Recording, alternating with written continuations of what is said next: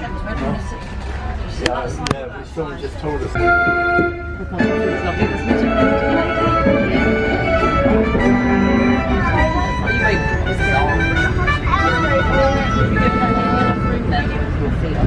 Oh no, he's Hello and welcome aboard the Petty Train Guernsey. And if you're a visitor to Guernsey, we wish you a very enjoyable stay in our lovely island. Our trip on the Petty Train today will take us past the main areas of Guernsey's charming capital, St. Peter's Port. Guernsey is different, and this certainly strikes you when you arrive. It is different from the rest of the world, even from its larger neighbour, Jersey. The pace of life is much slower, and the values and attitudes more traditional. What do you think, Guernsey Lil? Well, Guernsey people were named as the happiest in the world in an international survey a few years ago. That's probably something to do with our carefree and happy attitude, eh? Nearly 63,000 people live in Guernsey, although the land area is just 25 square miles and measures only 7 miles by 4 miles wide, so everywhere is close. Coastline, country areas and picturesque town are a dream for visitors. The less energetic, with only a modest stroll, reach most corners of the town.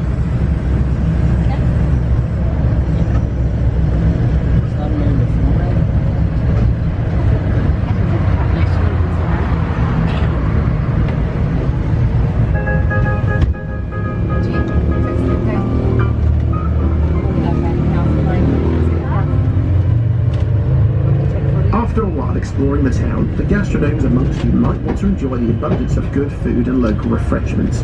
Look out especially for the seafood, which is always fresh and in abundance. Guernsey fishermen can often be seen landing an array of fish such as whitefish and turbot, bass, brill, cod and sole, oily fish like mackerel, and some of the best shellfish in the world, including lobster, shanker, spider crab and scallops. Guernsey's fishing quay is the next quay coming up on the left, with the fishing fleet, where not out at sea is more than the Albert Dock just beyond. Guernsey people are proud of the fact that their loyalty to the English crown has been by choice and not by conquest. Indeed, us islanders sometimes point out, with tongue-in-cheek, it was their Duke, the Duke of Normandy, that conquered England in 1066, so really, England belongs to Guernsey. As we continue our journey, we head towards, on your right, the magnificent Castle Cornet, which has guarded our harbour for over 800 years.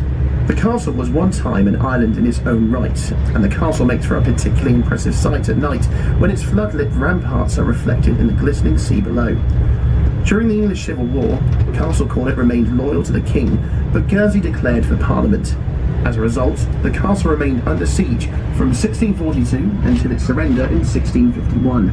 It is reckoned that about 10,000 cannons were fired at the town during this period. These days, a cannon is fired just once a day at 12 p.m.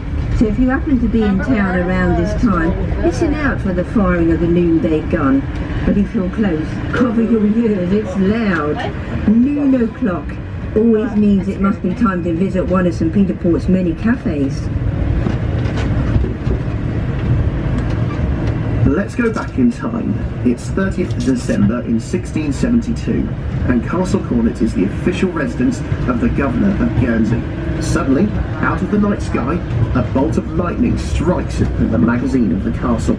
This destroys the keep and a number of living quarters. Still alive and in his bed, the Governor is found lodged on one of the castle's outer walls.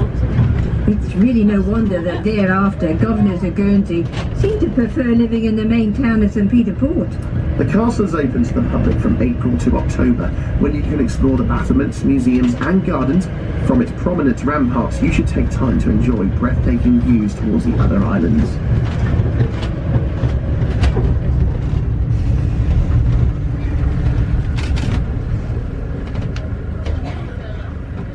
As we set off along the breakwater, on your right, you can see the very big and shallow seawater pond built for sailing toy yachts.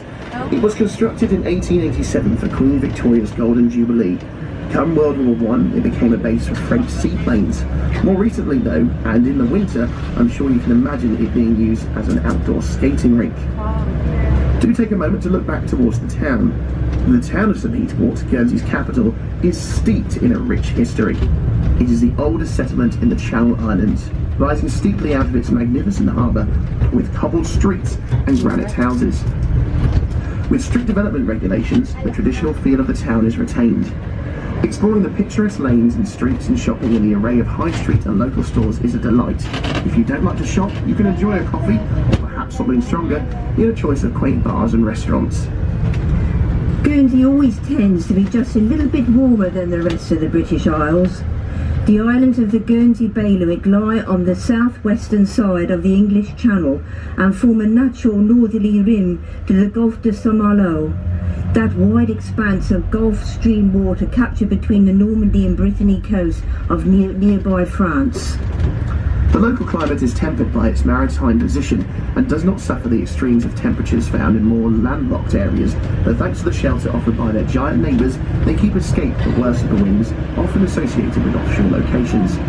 Our Channel Islands climate is therefore temperate in nature, and we usually enjoy warm, drier, sunnier summers.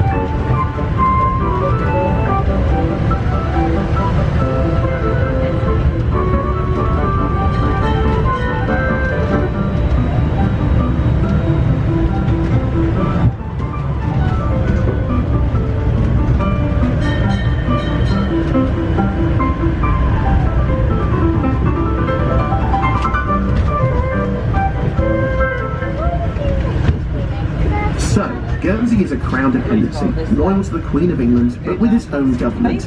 But how this came about took many centuries.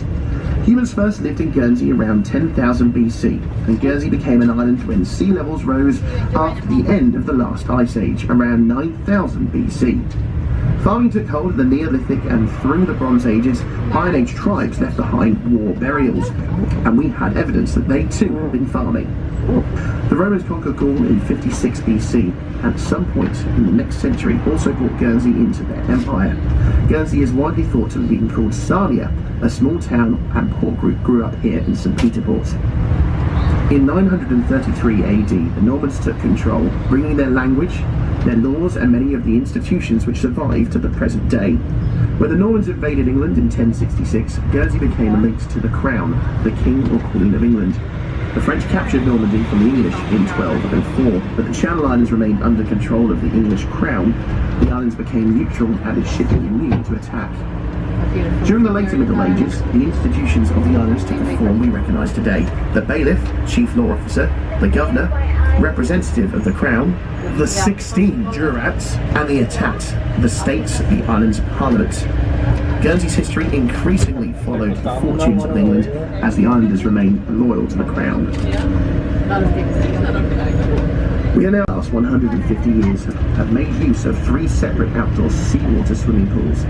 3 pools were built because in Victorian times it would have been considered quite improper for both men and ladies to be seen bathing together in the same pool. So if you're brave and you want to dip in the sea, this is a place to come. From here, you will arguably have one of the best swimming views in the world, with the hill of the Clarence Battery to one side and Castle Cornet and the Castle Breakwater the other. The first of the pools were originally constructed by the Parish Church in 1844, following the expansion of St. Peter Port Harbour, which had removed beaches often used for bathing.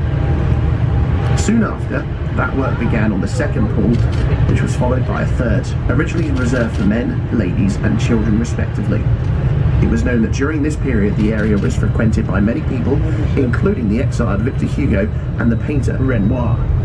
From the Petit train, you won't get a good view of the swimming pools because the pools were purposely built out of sight of the public, and at the time it was publicised that bathing without rules after 6 AM was strictly prohibited.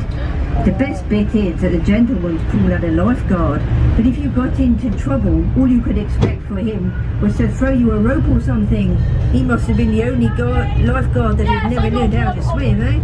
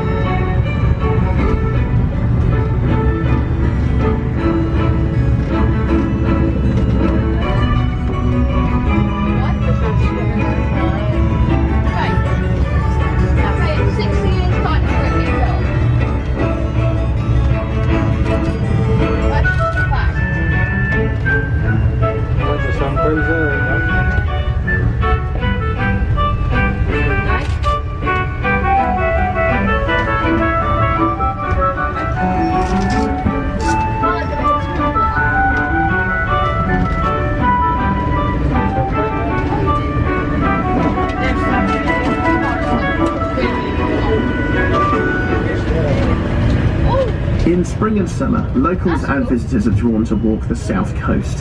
There are lots of cliff walks, and one of our favourites starts right here at the end of this road. Take the steps that lead up from the left of the aquarium and the path heads towards Fermain Bay via, in spring, the bluebell-strewn woods. This route offers some pleasant walking, excellent views, and a number of items of historical interest. It's a popular walk and well worth doing. At the top of the steps, you will arrive at Clarence Battery, known locally as the Cow's Horn. This is worth a few minutes of your time. You'll find information boards placed in strategic places and get views back to the town, St Peterborough Harbour and Castle Cornet. The views are amazing, but be warned, there are quite a few steps, so flat shoes are definitely a must. The walk will take you all the way to Fermain and the welcome sight of the beach cafe there, where I'll guarantee you won't resist the fresh cakes, scones and tea. There and back at a leisurely pace, the walk will take you about an hour and 3/4. To our right, if it's a clear day, you can see some of our other islands of the bailiwick. Just 3 miles away is Herm, with the smaller island of Jetty to its right. Further behind, and 9 miles away, is the island of Sark, with the smaller island of Brecku just in front of it. You can catch ferries to both Herm and Sark here from St Peterport, and are well worth the visit.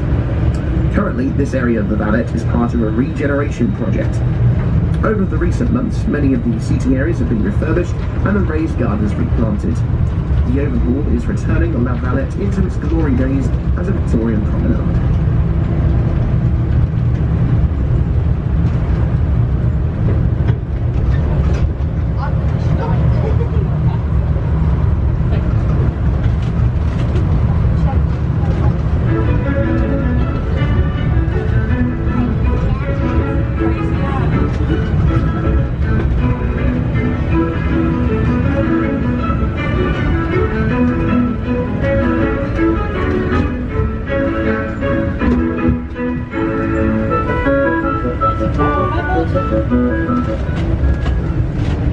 Guernsey is one of the British Isles, but it is not part of Great Britain. It is not part of the United Kingdom, and neither is it part of the European Union. Guernsey is a self-governing British Crown dependency. Many famous people have chosen to live in Guernsey over the years, and Guernsey's most famous French resident was Victor Hugo. The area to our left, up and above the bus terminus, is known as Holtville, or in French, High Town. It was here, in a building known as Holtville House, that Victor Hugo lived in exile for 15 years. Holtville House is nowadays as Victor Hugo saw it for the last time in 1878, or almost. During this time, he wrote or completed some of his major works, including Les Miserables and Toilers of the Sea, which was about Guernsey itself. As well as writing his masterpieces, Hugo spent much of his time personally decorating the house. As an enthusiastic collector of second-hand furniture and bric-a-brac, he spent many months overseeing a major conversion, giving this unique building, worthy of his literary work, an inner force and mystery. The house is now owned by the city of Paris, and the mayor of Paris usually opens the house as a museum for guided tours.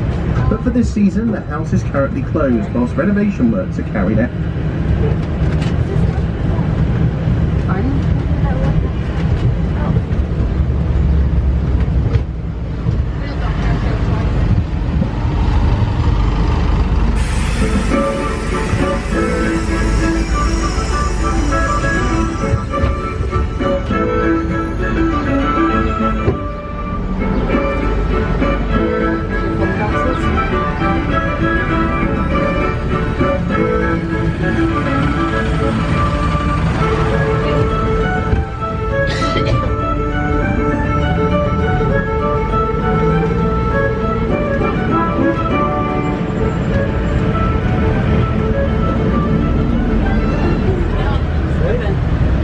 As we approach the town church, you might look out for one of Guernsey's pillar boxes.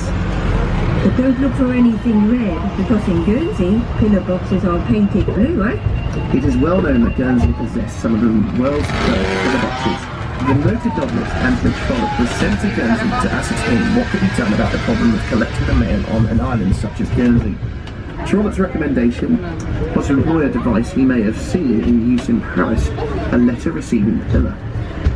It was made of cast iron, about 1.5 metres high, octagonal in design and painted olive green. On the 8th of February in 1853, Guernsey received its first 3 pillar boxes. They were an instant success, despite some obvious problems with rainwater ingress. One voting box still stands in Union Street, here in St. Peter Port. Yes, and that pillar box is painted red, not blue, and it's famous for being the oldest box in use in the British Isles. We have now entered Church Square, just off the pedestrianised cobbled High Street, the centre of Guernsey's main shopping area. The Albion pub on the left is in the Guinness Book of World Records for being the closest pub to a church in the British Isles due to the proximity of a gargoyle on the northeast wing of the town church, which is just arm's length away from the pub. The Parish Church of St. Peter Port, known as the Town Church, was first referred to in Norman times. The church is built of granite and originally served as a fortress. The present steeple dates from 1721, though there are parts of the existing church that date back to the 13th and 14th centuries.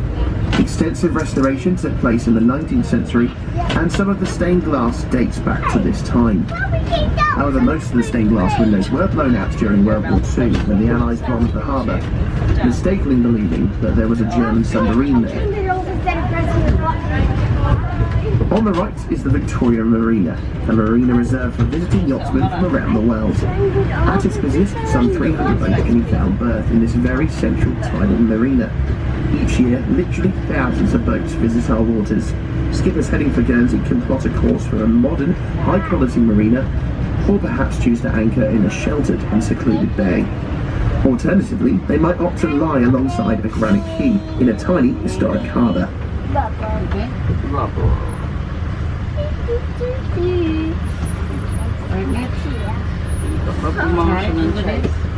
The striking granite building approaching on the left of the Petty Train is home to the Tourist Information Centre. The centre provides a comprehensive service for visitors searching information on all things Guernsey. And not only that, but you can find a good range of items and souvenirs related to the island.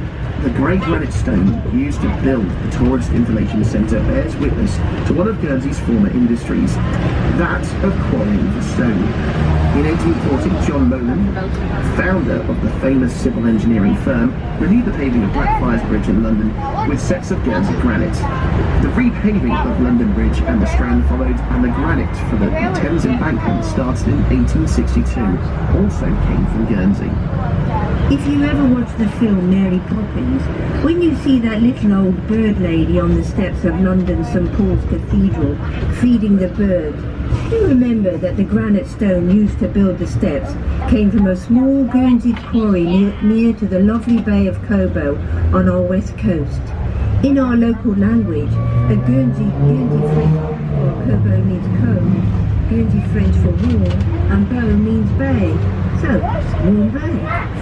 Whereas 2,000 tons of stone were exported in 1810, this had risen to 120,000 tons in 1854 and to 458,000 tons in 1910. You know, it's a wonder there's any of Guernsey left after all that quarrying, eh?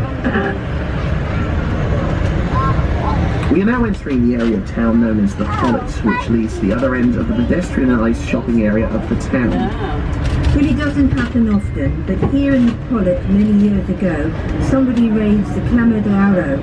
A shopkeeper was incensed by a nearby property development, which included a high-rise crane working over his building.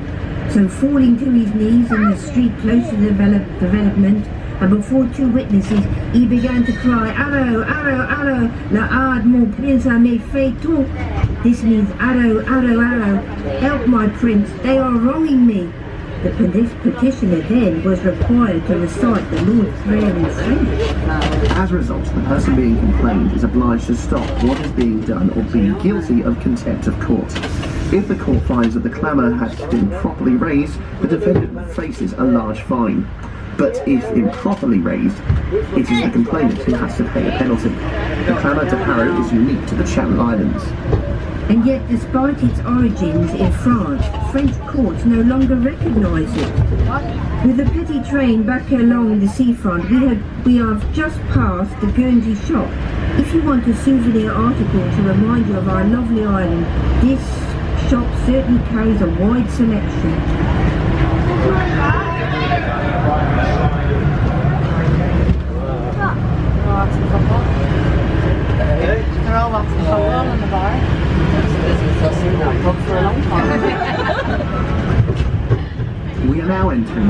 special district of St Peterport's. Guernsey's number one industry is finance.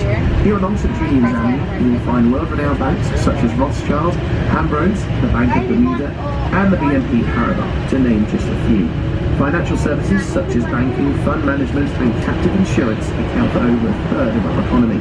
Guernsey offers a dynamic environment in which to do business. Many of the jobs available in Guernsey are high-powered city jobs. And his salaries too much? People living in Guernsey pay income tax at a rate of 20%, and we have a zero corporation tax rate for most companies. Guernsey levies no capital gains, inheritance, capital transfer, and generally low rates of duty. The pound is the currency of Guernsey, and you might already have noticed we have our own banknotes and coins. Guernsey also has a thriving non-finance industry. It is home to Specsavers Optical Group, which manages the largest optical chain in the UK and Ireland, and also operates in many other countries. Coming up on the left of the Petty train is the War Memorial, commemorating those locals who gave their lives during the South African Boer War of 1899 to 1902. In 1903, the cost of the statue, £250 plus the purchase of the site and erection of the statue. A further £330 was raised by public subscription. The statue was unveiled in 1905. It was a lavish affair, with St Peterport being decorated with banners, lanterns and artificial flowers. Soldiers lined the quay, North Esplanade and St Julian's Avenue, and the crowds were out in force. That night, after the ceremony, St Peterport streets were packed with people marvelling at the decorations lit with Japanese lanterns. And outweighing the cost of the statue itself, the cost of hosting the visit was £1,472, 14 shillings and 11 pence. The building coming up on our left is the Old Government House Hotel. Guernsey's only five-star hotel, but it had its origins in 1796, when it was the Governor of Guernsey's official residence. From 1940 to 1945, the Germans occupied the hotel as their general staff headquarters. But these days there is nowhere better to enjoy a traditional afternoon tea. Having just travelled along one of the busiest areas of the town, you will have seen that there are certainly lots of cars in Guernsey. And you do see quite a few prestige cars on the roads, makes such as Ferrari, Maserati and Aston Martin. Yes, Guernsey, where the maximum speed limit is just 35 miles an hour. If you see number plate 1, that's a bailiff of Guernsey. And if the number plate is blank, that will be the Lieutenant Governor on official business. His private cars are G1 and G2. As a result, low number car plates trade for large sums of money. Recently, a 3-digit plate sold for £250,000. Can you guess which number it was? Well, it was 007. If you see the yellow plate with a big H on a car, us locals know how to steer clear of it. It's a hire car.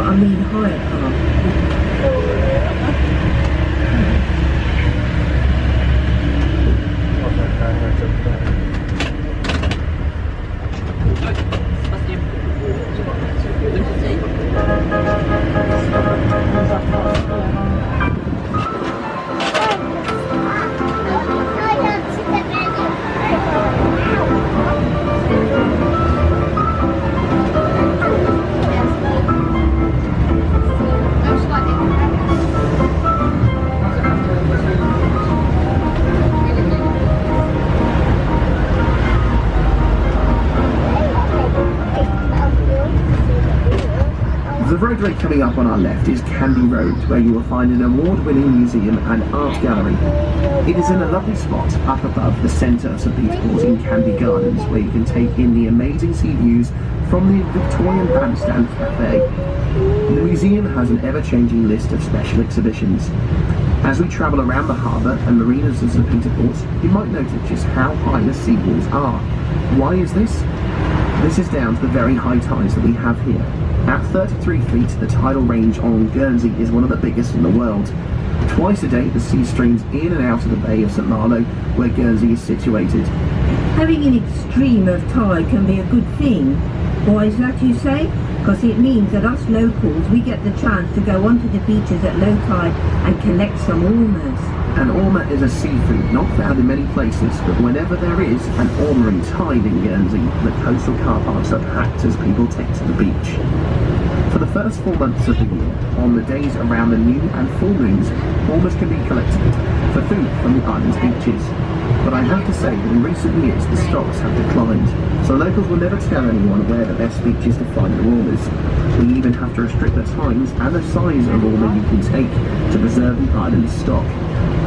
Oh, I can remember when I was a young girl, you'd come back with dozens of them. You could hardly carry your sack.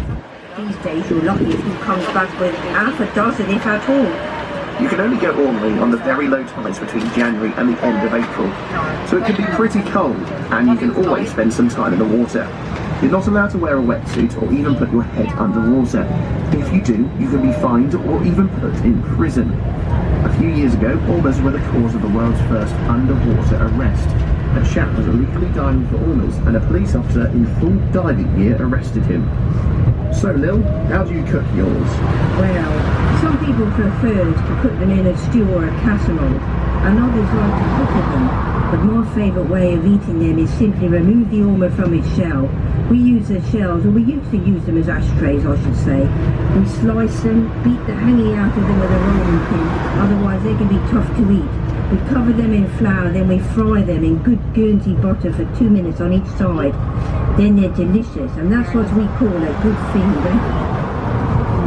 Here in Guernsey, boat builders still manufacture a world-renowned pleasure craft. Indeed, over the centuries, Guernsey has seen the rise and fall of many industries, although perhaps this is the none more dramatic than that of boat building. Whilst in recent times we have seen a revival of the building range of splendid constructive pleasure crafts, this is in no way compares to the scale of the 19th century operations which employed vast numbers of men. The vessels which were built locally range from small fishing boats to fully rigged ship destined for the tea trade of China and the coffee trade of South and Central America. The boom years of shipbuilding on Guernsey were from about 1850 to 1880. During that time, there were over 20 boat yards in operation, which between them produce a total of over 40,000 tons of shipping. Many of these shipyards were along the seafront here in St Peter Port, but the building of the new sea wall that still exists today and subsequent land reclamation in 1854 inevitably caused the demise of these yards.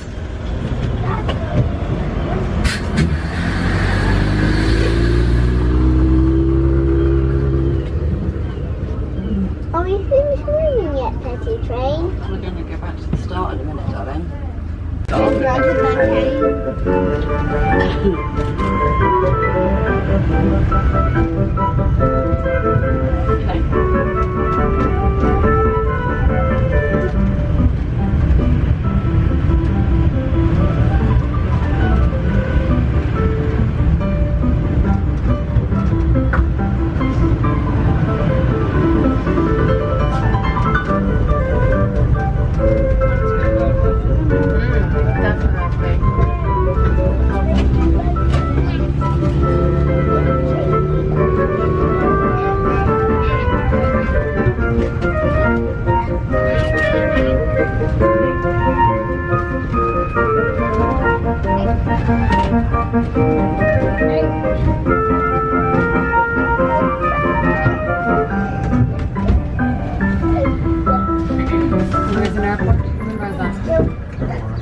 On the left of the Petty Train is the Liberation Monument. The obelisk was unveiled by the Prince of Wales on Liberation Day, the 9th of May 1995, exactly 50 years on from the day the island was liberated from the German occupation in 1945. On Liberation Day, 9th of May each year, and only on that date, the obelisk casts a shadow whose tip travels precisely along the curve of the granite seating. The times of events on that day are pinpointed by inscriptions placed on the seating, such as the signing of the surrender of the German forces at 7:15 a.m, the landing of the British Liberating Force at 8 a.m, and the unfurling of the Union Jack at 10:15 a.m. Also, May, Guernsey celebrates this Liberation Day, and the islands commemorate this as a designated bank holiday. Guernsey's part of World War II began with the evacuation of children and some adults to safer parts of the UK on the 20th of June 1940.